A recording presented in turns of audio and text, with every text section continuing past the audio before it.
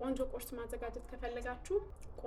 ማዘጋጀት ከፈለጋችሁ አቮካዶ፣ የተቀቀለ እንቁላል፣ ስላይስ ዳቦ ብቻ ነው የሚያስፈልጋችሁ።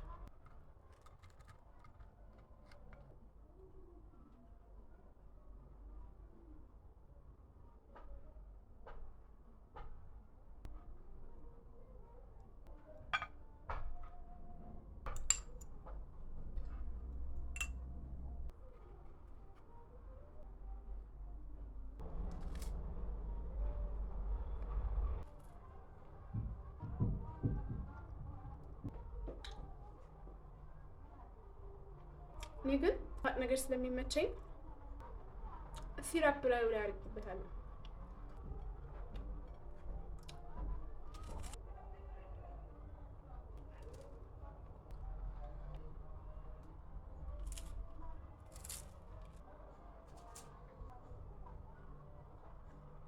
This is the last one.